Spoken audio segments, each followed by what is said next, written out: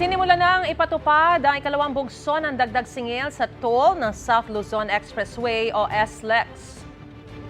Sa mga motorista pong babiyahe mula Alabang papuntang Calamba, 10 piso po ang taas singil sa mga Class 1 na sasakyan. 20 piso naman po para sa Class 2 at 30 piso para sa mga Class 3.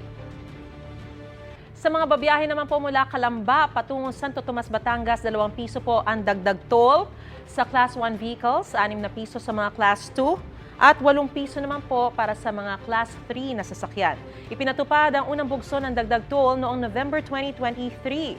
Paalala rin po sa mga motoristang daraan sa mga expressway, siguraduhin mayroon kayong valid RFID dahil simula August 31, pagmumultahin ng TRB ang walang valid ETC device. May karampatang parusa rin para sa mga hindi sapatang load ng RFID. Pati na rin ang mga nahuhuling na may meke ng RFID device.